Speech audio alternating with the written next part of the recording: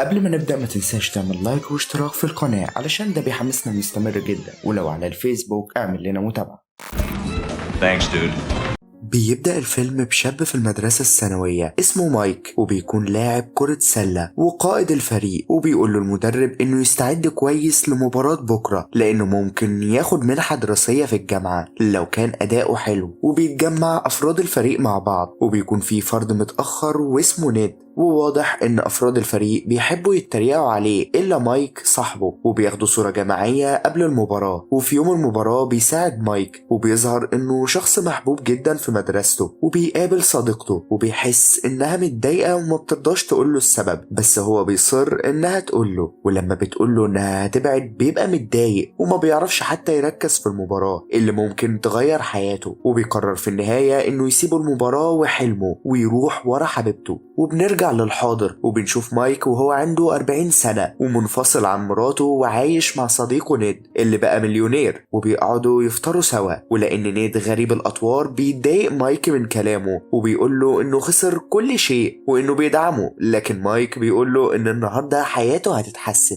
لأنه مستني ترقية في شغله، وبيسيبه وبيمشي. ولما بيوصل شغله بيعلن مديره للموظفين على الترقية الجديدة، وبيكون مايك متوقع إنه هو هيترقى، لكنه بيتصدم إن اللي خد الترقية هي الموظفة الجديدة، والكل بيفرح لها لأنها محبوبة. وبعد ما الاجتماع انتهى بيكلم مايك مديره اللي بيتكبر عليه، وبيقول له إنه محتاجه يفضل في منصبه الحالي علشان هو بارع فيه ومش عاوز يغيره له. وده بيحبط مايك، وبيركب الأسانسير وبيلاقي كل الموظفات فرحانين لصديقتهم وهو الوحيد اللي متضايق. وبعدها بيروح لمدرسة أطفاله واللي برضه بتكون مدرسته القديمة، وبيشوف صورته أيام ما كان في فريق كرة السلة، وبيقابل عامل نظافة هناك وبيعتذر له إنه ما يعرفوش، لكن عامل النظافة بيقول له إنه عارفه كويس، وبيقول له إنه زمانه بيتمنى إنه يرجع بيه الزمن ويغير قراراته. فبيوافقوا مايك، وبيبص عليه عامل النظافة وبيتأكد منه لو كان ده اللي بيتمناه فعلا، وبيكتشف إن مايك نفسه يرجع ويكمل حلمه. وبعدها بيرن الجرس وبيلاقي بنت ماجي بتقابله وبتسأله بيعمل ايه في المدرسة، فبيقول لها انه كان بيكلم عامل النظافة، ولما بيبص عليه بيلاقيه اختفى، وبيقول لها انه خرج من الشغل بدري وجاي ياخدها هي واخوها. وبياخدهم مايك لمحل ايس كريم، لكنهم بيكونوا كبروا على المكان، وبيكون كل واحد فيهم مركز في اللي بيعمله، وبيحاول مايك يكلمهم لكنهم ما بيهتموش. وبيسأل ابنه أليكس عن وضعه في فريق كرة السلة، فبيقول له أليكس إن كل شيء كويس معاه في الفريق، وبيعرف إن ماجي هتدخل كلية مرموقة وبيفرح لها لكنها ما بتكونش مهتمة. وبيوصلهم البيت وبيلاحظ إن مراته بتدمر كل حاجة تخصه، وبيكون واضح إن مايك بيلوم زوجته على حياته وإنه اختارها بدل حلمه. فبتقول له إن كل شيء بينهم انتهى، وبتفكره بميعاد الطلاق اللي لازم يحضره. وبتيجي صديقتها وبتسلم عليهم وبتواسيها على الطلاق، وبيكون واضح إن مايك بيكرهها، وبتودع مراته سكارليت وبتدخل البيت. وبعدها بيروح مايك عند نيد، وهو في الطريق بتكون الدنيا بتمطر بغزارة، وفجأة بتحصل حاجات غريبة، وبيلاقي راجل غريب واقف على سور الجسر وهينط في البحر، وبيحاول مايك يلحقه لكنه كان نط بالفعل. وبيبص في البحر وبيلاقي دوامة غريبة بتظهر، وده بيكون شيء غريب جدا، وبيقع مايك فيها بالغلط، لكنه بيرجع لبيت نيد في النهاية وبيدخل الحمام ينظف نفسه، لكنه بيشوف نفسه في المراية بالغلط وبيكون شكله صغير جدا. ولما بيصرخ بيسمعه نيد وبيمسك سلاح لانه افتكره حرامي، ولما شافه بدأ يهجم عليه، لكن مايك بيحاول يفهمه انه مش شخص غريب، بس نيد ما بيصدقهوش طبعا وبيهرب منه مايك لان نيد بدأ يضربه بالأسلحة اللي في بيته. وفي الاخر بيمسك نيد صورة ليه مع مايك وبيحاول يخبطه بيها، لكنه بيلاحظ ان شكله شبه مايك وهو صغير وبيصدقه اخيرا. وبعدها بيحاول يفهم منه ايه اللي حصل وانه ازاي رجع صغير تاني لان الموضوع مستحيل، بس مايك ما بيكونش فاهم حاجة، بس بيفتكر فجأة عامل النظافة اللي قابله على الجسر، وبيروح على طول للمدرسة علشان يقابله. لكن طلاب المدرسة بيتفاجئوا منه لانه في سنهم ولابس بدلة اكبر من حجمه. ولما بيسأل عاملة النظافة بتقوله انها الوحيدة اللي شغالة هنا، ولما بيمشي بيلاقي بقع مية غريبة على الأرض، ولما بيروح وراها بيلاقي إنها انتهت قدام ملعب كرة السلة،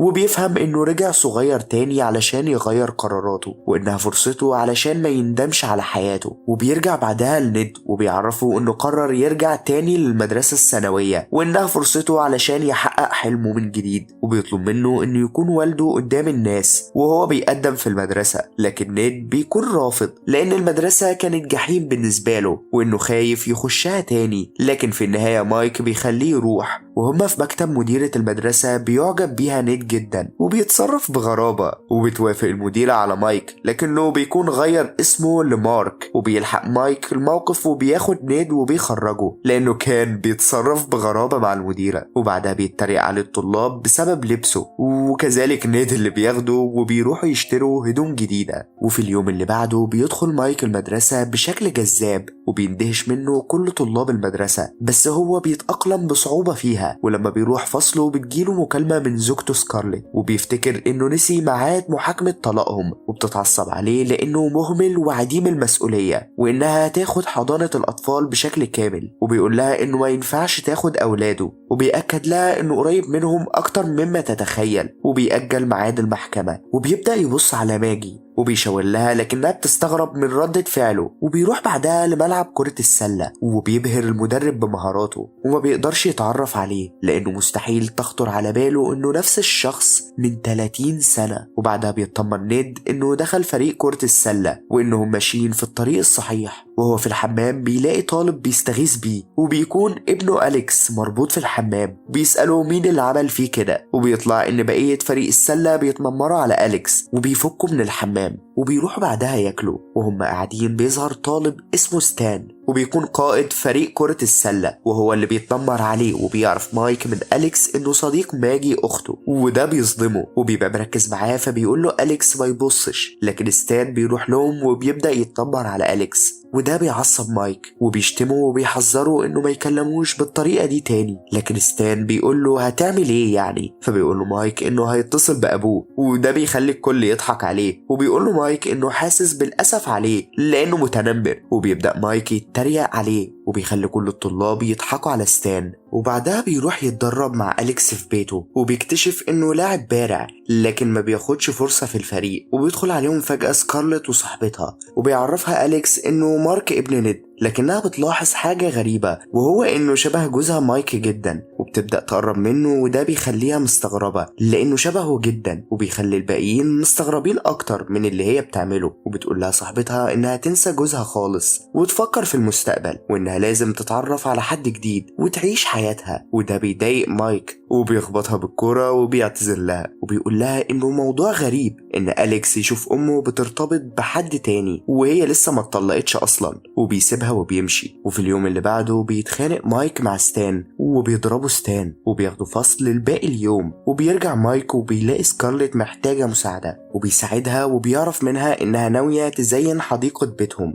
وانها مهتمة جدا بتزيين الحدائق. وبيقول لها مايك انها هتكون جميلة جدا وبيناديها سكار، لكنها بتتفاجئ منه وبتقول له ان جوزها هو الوحيد اللي كان بيناديها بالاسم ده. وبيغير مايك الموضوع وبيساعدها في نقل المعدات. بعدها بيبدأ مايك يدرب أليكس علشان يدخل الفريق ويتمرنوا لحد ما دخل أليكس الفريق بالفعل. وبيرجعوا البيت وبيعرفوا سكارلت انه دخل الفريق، وبتفرح جدا بالخبر وبتوريهم اللي عملته في الحديقة، وبيكون شكلها جميل جدا وده اللي بيقولوا ليها مايك. وبتشكره سكارلت وبتستعد بعدها سكارلت علشان تخرج، وبيكتشف مايك انها خارجة في ميعاد مع شخص، ولما بيقابله على الباب بيتريق عليه. لكن سكارلت بتتضايق من ردة فعله وبتقوله يدي اوراق الطلاق لنيد علشان يديها لمايك، وبتقوله ان ميعاد المحكمة يوم 27 وبتمشي. وبياخد مايك أليكس لحفلة فريق كرة السلة، لكن أليكس بيكون خايف من ستان، وبيلاقوا البنت اللي بيحبها أليكس موجودة وبيخاف اكتر، وبيشجعوا مايك انه يروح يكلمها. وفي النهاية بيروح وبيكلمها وبيتضح انها كمان معجبة بيه. وبيسأل مايك اصحاب ماجي عن مكانها لكنهم ما بيعرفوش، بس هو بيلاحظ انها قاعدة فوق، ولما بيروح ليها بتستغرب منه وبتسأله عاوز منها ايه، فبيقول لها انه مش فاهم هي بتحب ستان على ايه وانه شخص سيء، وبتقول له انهم بيحبوا بعض. حتى إنها هتغير كليتها المرموقة وتخش كلية بسيطة علشان تفضل قريبة منه، لكن مايك بيقول لها ده مستحيل يحصل وإنه بيمنعها إنها تشوفه مرة تانية، وهي بتستغرب منه وبتناديه بالمجنون وبتسيبه وبتمشي. وفي اليوم اللي بعده بيكون يوم مباراة ودية وبتكون سكارلت موجودة هناك وبيشوفها مايك مع نفس الشخص وده بيضايقه، وبتبدأ المباراة وبيسجل مايك معظم الأهداف وبيكون الوقت قرب يخلص ومايك مش عارف يسدد وبيمررها لأليكس اللي بيقول له المدرب يديها لستان، لكنه بيسددها بنفسه وبتدخل وبينتهي الوقت وهم كسبانين. وأثناء ما هم مروحين بيلاقي مايك بنته ماجي بتعيط في المدرج، ولما بيروح لها بيعرف منها إن ستان سابها وبيبدأ يواسيها وبيقول لها إنها شخص كويس وتستاهل أكتر، وهي بتفرح وبتحضنه، لكنه بيهرب منها وبيدعوها لحفلته وبتبقى فرحانة بشكل غريب وبيستغرب مايك من تصرفها. وبالليل في الحفلة بيلاقي ستان بيحاول يرجع لماجي تاني، لكن مايك بيمنعه فبيضربه ستان وبيغمى عليه. ولما بيصحى بيلاقي سكارلت بتدور على أليكس وماجي وهو بيساعدها، لكن ماجي وأليكس بيلاقوا إن مايك معجب بأمهم وده اللي بيخلي ماجي تضربه بالقلم، وكذلك كل البنات المعجبة بيه. وفي نفس الوقت بيكون نيد عازم المدير على العشاء، ولما خلصوا وراجعين بيلاقي إن الطلبة عاملين حفلة ومدمرين بيت نيد،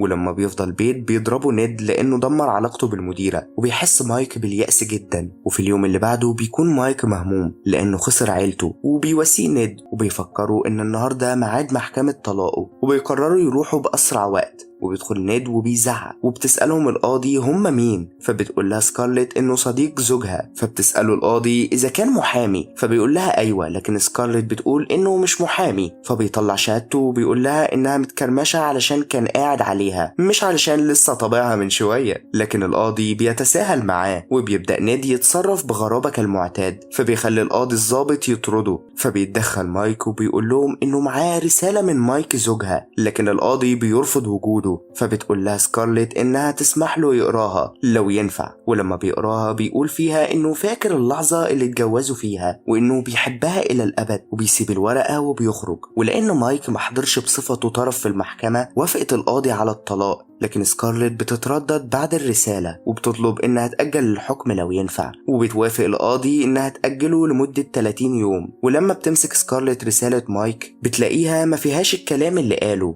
وده خلاها مش فاهمة حاجة. وبنشوف مايك وهو تعيس لانه شايف كل اللي حواليه سعداء من غير وجوده. وبيجي يوم المباراة النهائية للفريق وبيقول المدرب مرة تانية لمايك انها فرصته انه ياخد منحة دراسية لو كان اداؤه ممتاز، وبتكون حاضرة سكارلت علشان تشجع أليكس لكنه بيكون في الاحتياطي. وقبل ما تبدأ المباراة بيعمل مايك نفس الحركة اللي كان بيعملها لما كان مع سكارلت في المدرسة، وهنا اتصدمت سكارلت وقررت تخرج. وهنا فكر مايك للمرة التانية في حلمه، وفي النهاية خد نفس القرار وسلم مكانه لأليكس وخرج وراها. وفي نفس الممر وفي نفس اللحظة بيرجع مايك كبير تاني، وبتشوفه سكارلت وبتتأكد انه كان مايك، وبتقول له انه كان عنده الفرصة يحقق حلمه اللي سابه علشانها، لكنه بيقول لها انه بيحبها وانها اهم من حلمه. وبنشوف أليكس في النهاية خد فرصته في الفريق وساعد فريقه يفوز، وبنشوف بعدها مايك بقى سعيد أكتر بحياته. وبينتهي الفيلم مميز فعلا. لو كنت تابعت معايا الملخص للآخر عرفونا ايه الحلم اللي نفسكم تحققوه في المستقبل حتى لو كان بسيط. اكتبوا لنا إجابتكم في التعليقات وهقراها كلها.